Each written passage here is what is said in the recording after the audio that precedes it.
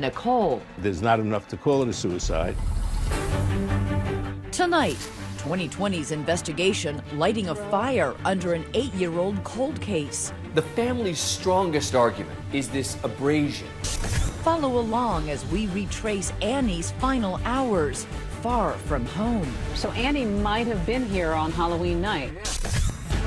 No stone left unturned, doing the job they say the police didn't. They treated this evidence like trash. From a pastry shop. She goes, oh my gosh, that's her. She was here.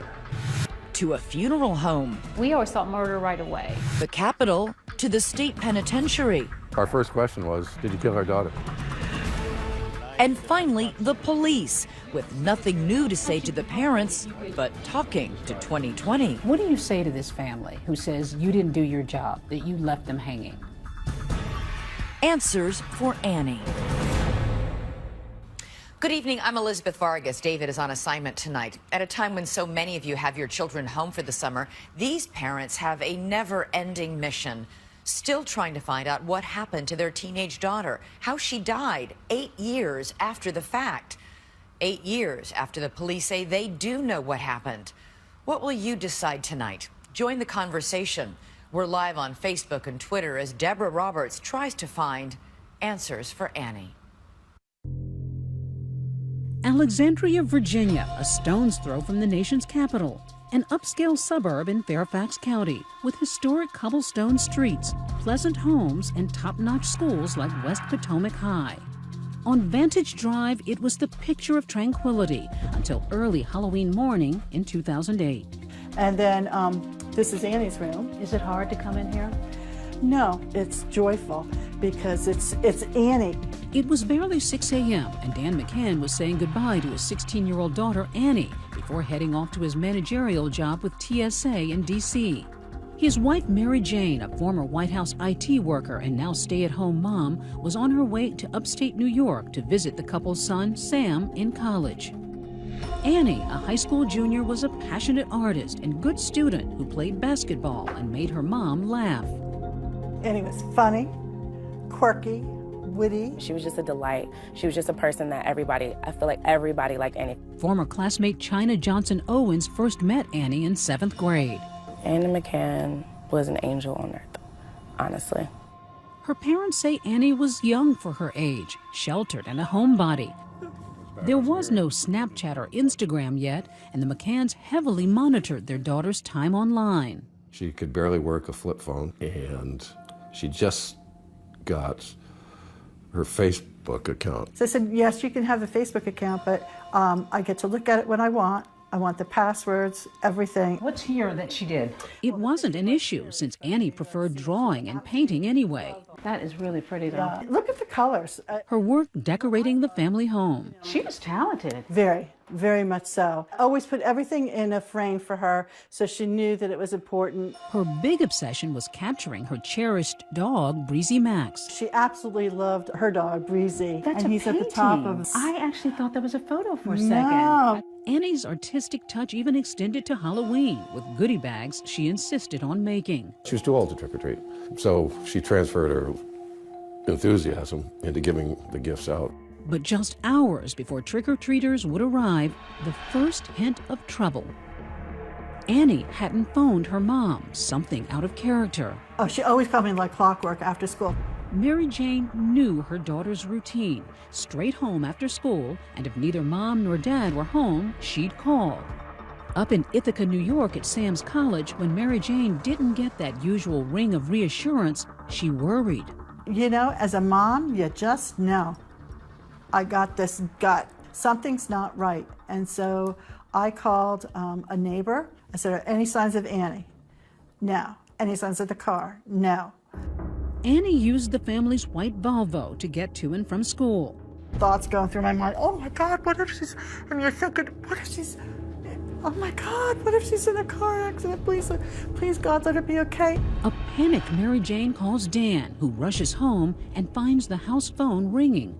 Would it be Annie or someone who knows where she is? And I answer, and it's an automated message from the Fairfax County Public School System, reporting that your son or daughter was absent today the whole day. I almost collapsed. So now you realize she was never even at school. Right. So I call the police. Get over here now. There's little to go on, and the Fairfax County officer who arrives isn't overly concerned. Maybe this is a typical teen acting out. People were saying, don't worry, she just ran away, she'll be back.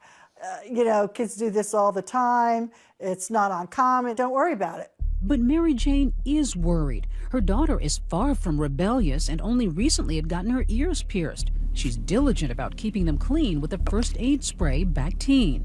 Keep that in mind. You won't believe how important it will be later.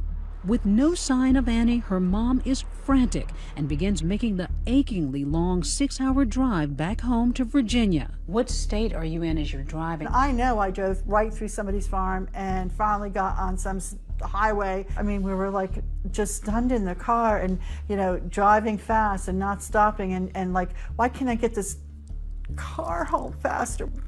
We have to find Annie. We didn't know where the hell to go. We didn't know what to do. We did the best we could. How did you get through that first night? I don't know. It was torture, wasn't it? It was torture, yeah. But the torment is only beginning.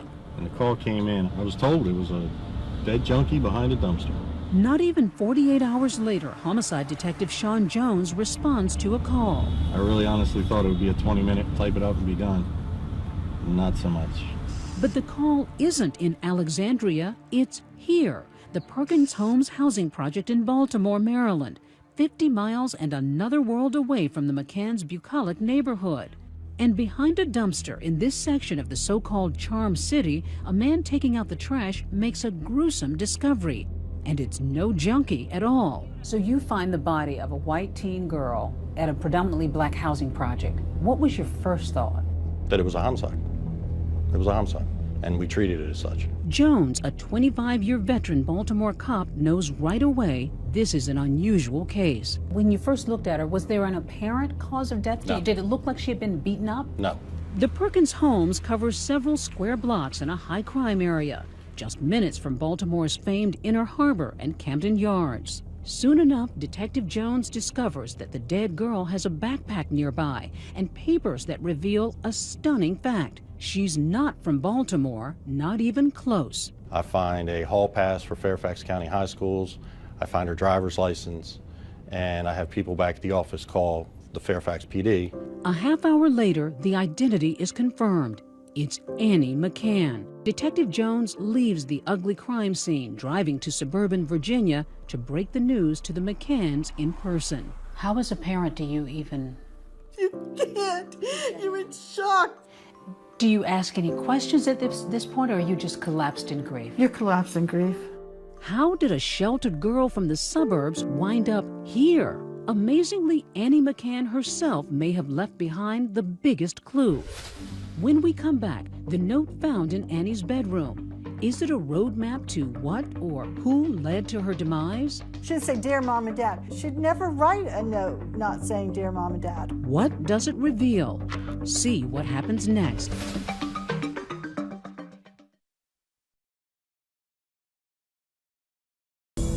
Nightfall in Baltimore, trapped between a dark harbor and sinister sky. A city with a long history of murder and mystery ever since Edgar Allan Poe wrote and died here. Now it's the case of Annie McCann that captivates. How does a white 16-year-old girl from the Virginia suburbs wind up dead here in the projects? Her stunned parents haunted this Halloween night by a note left on their daughter's bed. This morning I was going to kill myself, but I realized I can start over instead. If you really love me, you'll let me go. What started as a suicide note was beginning to sound like a runaway note. Goodbye. I know I'm only 16, but I'm almost 17. I'll be careful. That's how that note ended. I'll be careful. Why would she run away? Was there something brewing that maybe... Well, apparently. But was there something possible that you could look back on and think, maybe she was upset about this? No. Dan called me and told me, and I'm like dropping the phone like, what? What, indeed? equally as confounding is what they will learn later, that Annie had taken $1,000 in cash, money she'd stashed away, all her favorite clothes, even a box of Cheerios. But nothing in the note hints at where she's going. Did Baltimore make any sense to you? Was there any connection to Baltimore? No connection to Baltimore. No sense at all. Annie could not even find her way to Baltimore. There were all sorts of unusual angles to this. To Washington Post Metro writer Tom Jackman, the mysterious death of a 16-year-old girl is big news. Beyond the fact that a suburban girl was found dead in the inner city of Baltimore, there's no real explanation for how she died. You don't see this very often. No. It wasn't the usual bill of fare for Baltimore homicide detective Sean Jones either. 90 to 95% of the cases we're dealing with are African American males that are shot on a street corner. I'm obviously going to look at this twice and not just glance over it as your average everyday case. Then the case seems to crack like one of those famous Maryland crabs. First, police find Annie's Volvo abandoned at a gas station. Then, a tiny clue, a smudge. It's a fingerprint that matches someone already in their database. Could it be Annie's killer? We had to get the fingerprint processed, and then once we got the name back from the fingerprint, that's when we moved on that. Turns out the print belongs to a teen boy who says he and some friends came across the car in the projects. He says Annie, face down in the back, is already dead. So, as twisted as it sounds, they dump her body and go joyriding in her car. So these boys just dumped her body? Yes, ma'am. And took the car? Yes, ma'am. One young man connected to the group, Darnell Kinlaw. Remember that name because you'll hear it again. But police don't charge him or anyone with assaulting Annie, in part because of the condition of her body. They're certain Annie was not beaten, strangled, stabbed, or shot. When I initially met the McCanns, I made it very clear that I didn't know what we had, and that the autopsy, 99.9% of the time, is going to give us more clarity on what we're dealing with. Then the autopsy results are in, and they're a surprise to everyone. Annie had a small amount of alcohol in her blood, but a large amount of something else. Lidocaine. Lidocaine. Lidocaine? 100 lidocaine? It's a drug you may have heard of on those medical shows like Grey's Anatomy. Nasal speculum and lidocaine. To finally relieve your pain, now's the time for lidocaine. It's also a common numbing agent in all kinds of over-the-counter products, including Bactine. Relieves pain on contact. Bactine. The antiseptic Annie had for her newly pierced ears. Did you even know what Bactine was at that point? Yeah. I have kids myself. I knew exactly what it was. And I knew what the active ingredients were. But it's there in black and white. Annie died of lidocaine poisoning. Back at that gas station, crime scene investigators find what in any other case might be an innocuous piece of trash. But now Detective Jones considers it a smoking gun. We found near the car a Bactine bottle that had the lid removed. It's not a screw-top bottle. It's something that requires a little bit of force to get off. And Annie's DNA is discovered on the exposed part of the bottle. The medical examiner who did the autopsy won't guess how the lidocaine got into Annie's system, calling it undetermined. But the seasoned detectives have no doubt it's suicide. But who kills themselves with Bactine? People kill themselves. I've been in homicide for 15 years, and they get very creative, and this is just one of those methods. To the authorities, this was a pretty open and shut case. She died of a lidocaine overdose. Problem is, it's so rare to find that someone died of that kind of overdose that it's going to lead to some questions. This doesn't add up. This can't be. This is what you came up with, that she drank a bottle of Bactine? And the McCanns are taking notes on other things that don't add up. It was sound of the Baltimore police to consider suicide. It is reprehensible to conclude suicide. They don't buy it, as they explain in an article they later write. If Annie was going to kill herself, they ask, why go all the way to Baltimore to do it? And if she drank that Bactine, why did the police not find her fingerprints on the bottle? Her prints and our prints should be all over that bottle.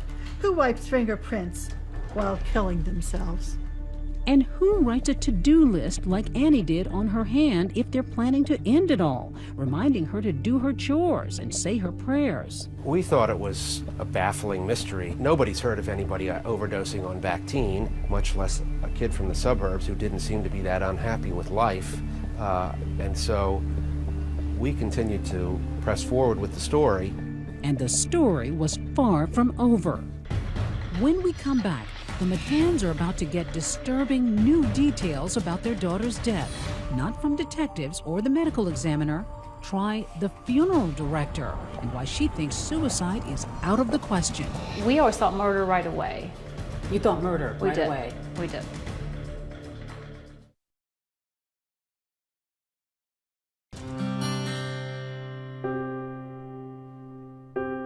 It's a ritual no parent should ever endure.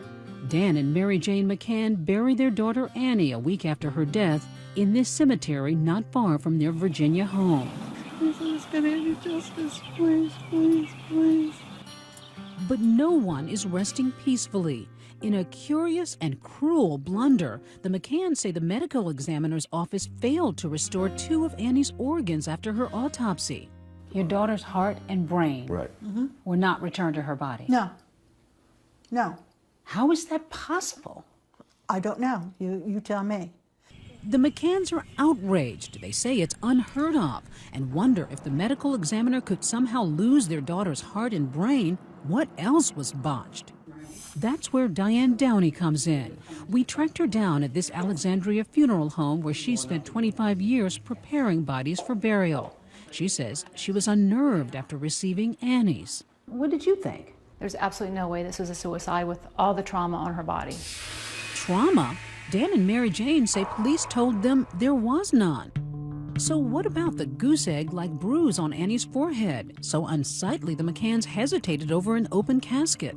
I kept going back to the detectives, but they kept dismissing it as, no, they were just minor abrasions.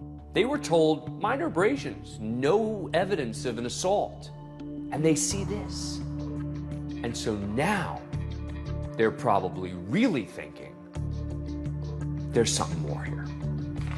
Downey was reluctant to share her suspicions with the grieving family. But the McCanns' heartbreak and bewilderment only grew much later when they would get their daughter's autopsy photos. And I know these are hard for you to look at.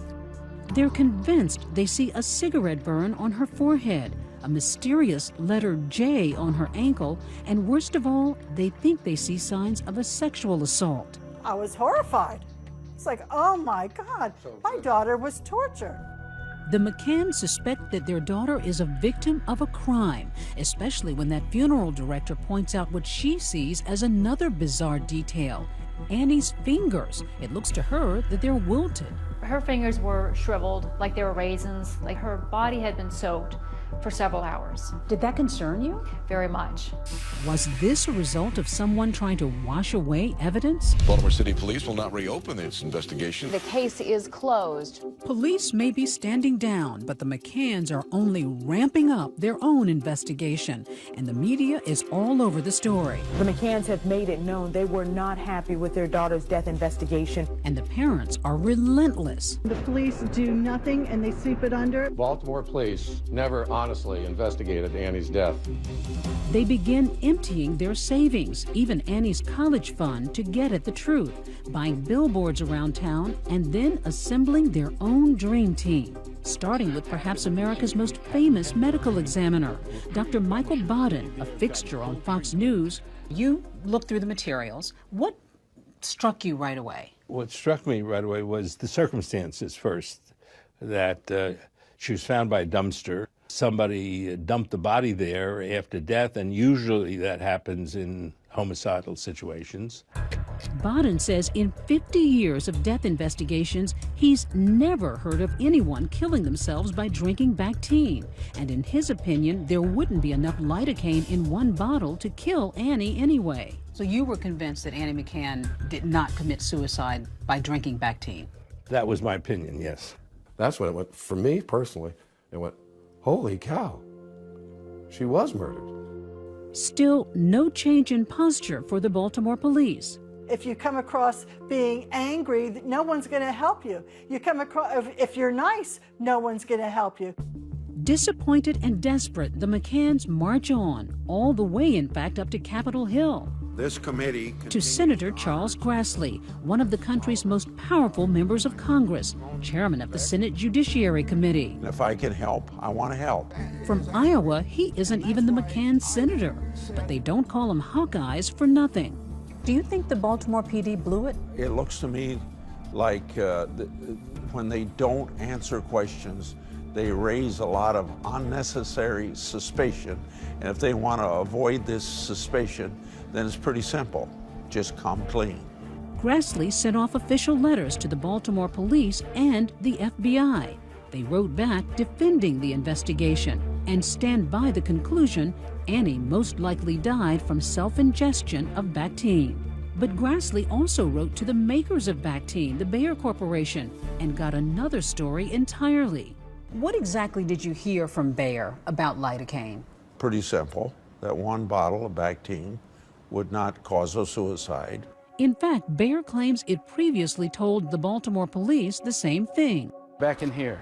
Her body was found back in here? Yep, right in here. Which leads us to this man, the captain of the McCann Dream Team. It's not your usual death. This is a mystery that stumped everybody. I mean, there's other Jim Consis, a private eye and former Baltimore cop himself, now on Annie's trail. Her name's Annie, white girl from Virginia.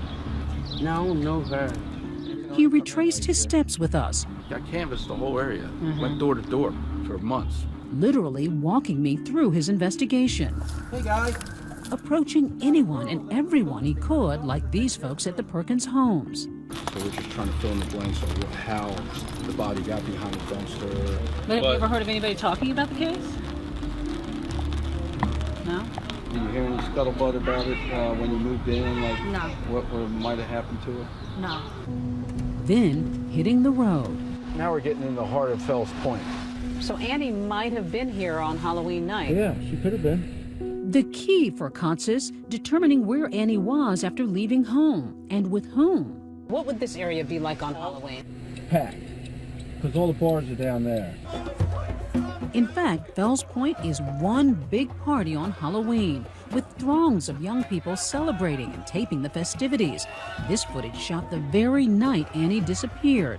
Consis says Annie may have been among the revelers. Then a big moment on this quiet block of Albemarle Street.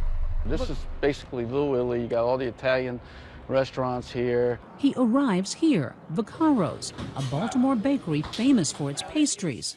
When we come back, a very sweet clue, and the trail doesn't end in that bakery. Who are the McCanns about to question inside this prison? Stay with us.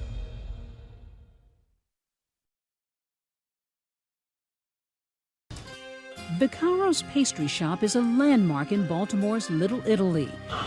He wants an espresso. Famous for cappuccino and cannoli, it would become the setting for a stunning development in the case of Annie McCann. What brought you here?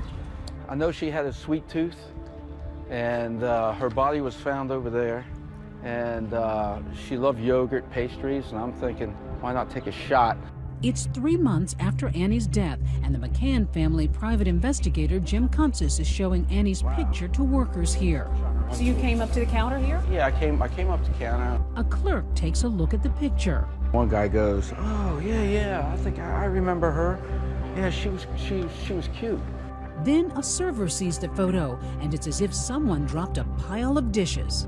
Oh my gosh! Oh my gosh! I can't believe it. That's She remembered her. She was here.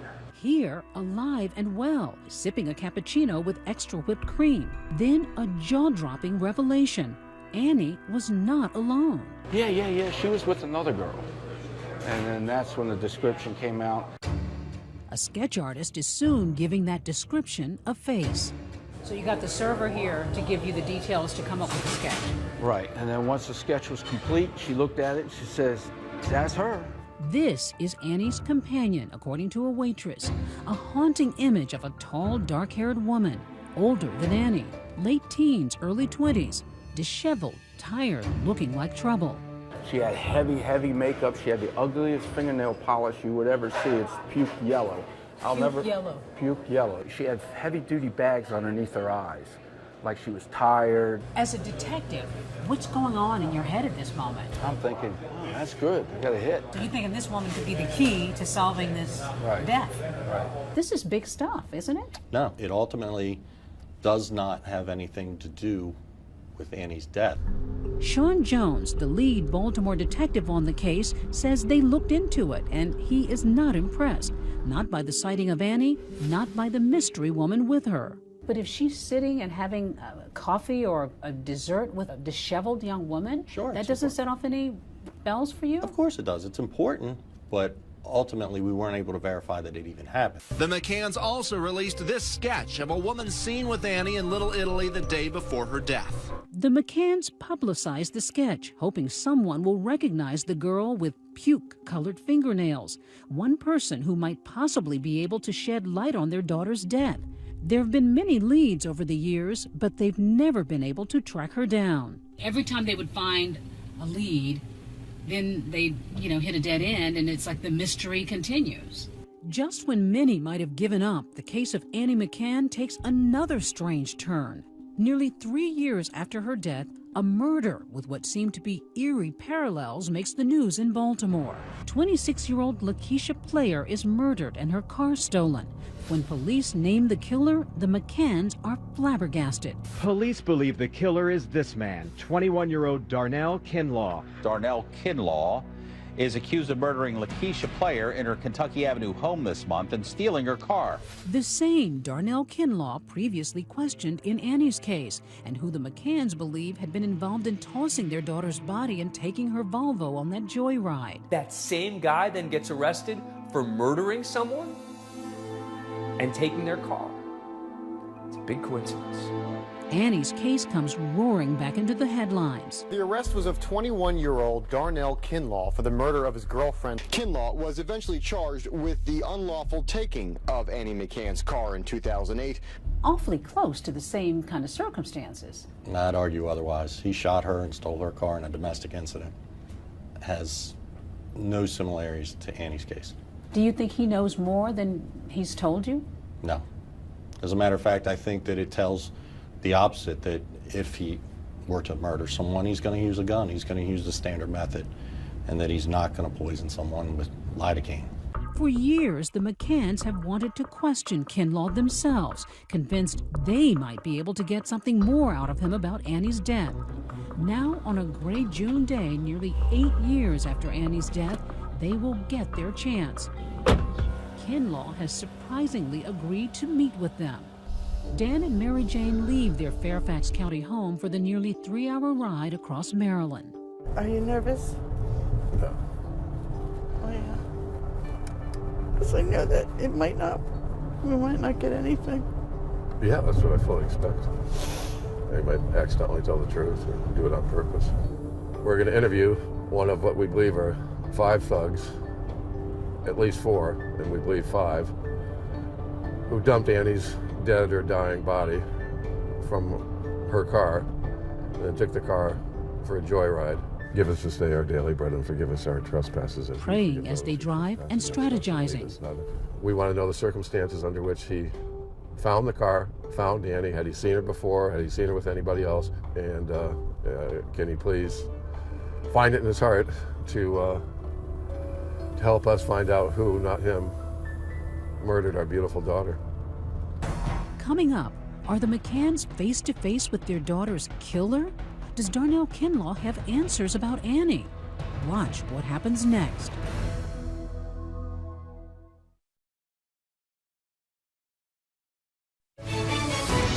"2020 continues with Answers for Annie." Dan and Mary Jane McCann drive 150 miles across Maryland, doing the kind of detective work they say the Baltimore police are not. They're going to question Darnell Kinlaw, a young man they believe was involved in dumping their daughter's body and joyriding in her car in Baltimore nearly 8 years ago. Kinlaw's now doing 30 years for murdering his girlfriend, Lakeisha Player, and taking her car. That takes a lot of guts For these parents to walk into a maximum security prison and sit down and interview a man who they think may have killed their daughter? He was on the other side of thick glass. And We could hear each other very well. They make small talk with the killer and even pray together. And I said, Darnell, I take it from your letter, you're Christian. And he said, yes. I said, would you mind if we started with a prayer? And he said, no. And he joined us. Then Dan gets down to brass tacks. Our first question was, this is maybe the hardest question we're going to ask you, DJ, or maybe the easiest. Did you kill our daughter? No. You know, we had to ask, okay. They say Kinlaw seemed genuinely upset at times, but as he looked into their heartbroken faces, they say he offered nothing that would end their misery. Nothing. So we've worked a long time to get to see Darnell Kinlaw. Finally got to. And we got pretty much what we expected, which is nothing. We learned that he knows almost nothing about Annie's death. Weary after struggling nearly 8 years now to prove that their daughter didn't take her own life, the McCanns' anger toward the Baltimore police is as raw as ever. We questioned lead detective Sean Jones about the McCanns' accusations, and we also confronted his boss, Colonel Stanley Branford. The McCanns say that the Baltimore Police Department took the easy way out. By labeling this a suicide, they were able to wash their hands of it and move on to another crime. I'm sorry that they feel that way, but that's simply not the way we approach this case. I can tell you that this case has been thoroughly investigated, not only by us, by the FBI, that we asked to come in and evaluate our investigation. Doesn't this family deserve more answers? We've given them all we can give. We cannot provide answers that we do not have. We possibly believe that Annie McCann committed suicide. Suicide. But this is a girl who lived in the suburbs. Why would she drive 50 miles to a housing project in Baltimore to commit suicide?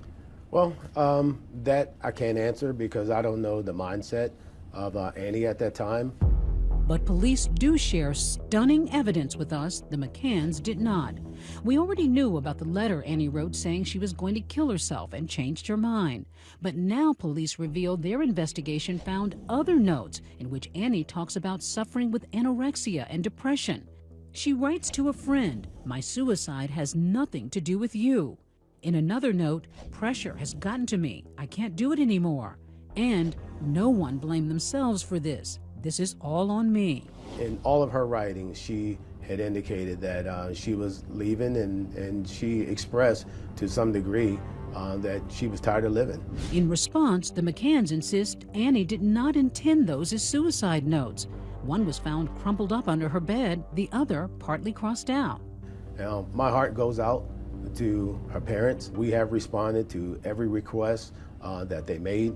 We responded to every piece of information that came in. After 1,200 hours on the case, the Baltimore Police Department stands by its belief that Annie took her own life by drinking Bactine. It's a critical question at the core of Annie McCann's death. Is there enough lidocaine in a single 5-ounce bottle of Bactine to kill a 16-year-old girl? The McCanns' medical experts are at odds with the Baltimore ME. So 2020 contacted Dr. Bill Mannion, a board-certified forensic pathologist. He estimates he's determined cause and manner of death in 2,500 cases over the years, but not one of them involved Bactine or lidocaine. Bactine, I had never heard of that before. To be honest, I didn't know it was capable of killing you, but it is capable because it has lidocaine in it, and lidocaine is a toxic drug. He says a bottle of Bactine does contain a potentially fatal dose of lidocaine. Yes, there is enough in a bottle of Bactine to kill someone. Even in a half a bottle, they're roughly 2 grams, and that would be enough to cause death. Even the McCanns' own expert, Dr. Bodden, says some of their worst fears about what happened to their daughter are unfounded. The funeral director felt convinced that she saw signs that Annie might have been sodomized. Did you see any indication of that in either the photos or in any of the material you reviewed? No, I didn't. Well, I don't see evidence that she was sexually assaulted. As for that distinctive-looking letter J on Annie's ankle, Dr. Bodden says it may just be an accidental pattern from blood settling. It was the way the lividity, the blood settled in the body after she had died. So you don't think that was a marking, a letter, or some kind of a tattoo? That's correct. You don't think so? I do not think so. There's also some talk that there may have been a cigarette burn on her head. I don't think it was a cigarette burn. You don't think that was another sign of some kind of abuse? No. On one of our visits with the McCanns, they show us bins of evidence they say the police returned to them. How long has it been since you've gone through these things? Years. And there, among Annie's things, a discovery that seems to surprise even her parents. She didn't take that from me. Digital camera. Her digital camera still sealed in a police evidence bag. Is it possible this has gone untouched and unnoticed for nearly 8 years? Mary Jane plugs the memory card into a laptop. When we come back, what Annie's camera saw. Stay with us.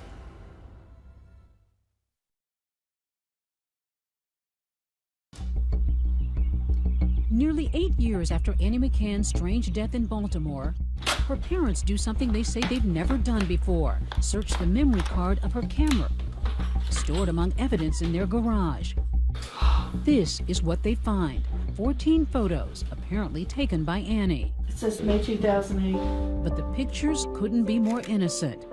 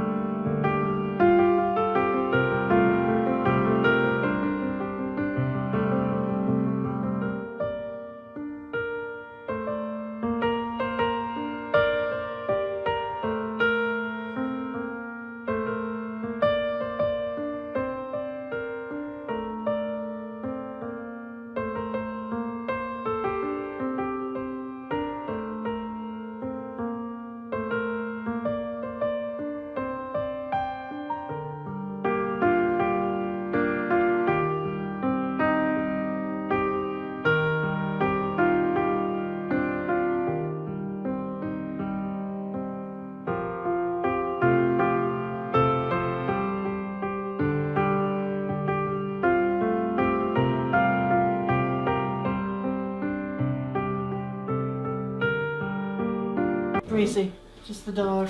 It's Annie's old pal, the family dog, Breezy Max. Later, Baltimore police tell us they checked that camera years ago.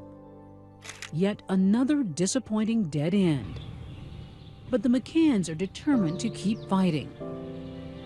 Her death needs to be changed to homicide. The McCanns feel that the Baltimore PD botched this case. Did you botch it? No, ma'am. Not at all. What if you're wrong? What if there's a murderer out there and you missed it? I'm not. You're convinced that this is a suicide? Yes, ma'am. No doubt in your mind? None whatsoever. There is absolutely no evidence to indicate that this is a murder. Recently, Mary Jane took another road trip. An emotional journey to Baltimore. We're gonna go meet Wanda Player. She's just a really very special lady. That special lady Wanda is Lakeisha Player's aunt.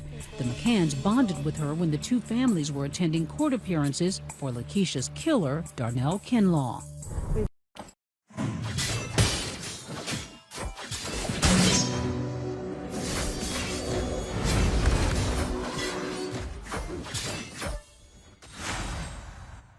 An enemy has been defeated. Your tower has been destroyed.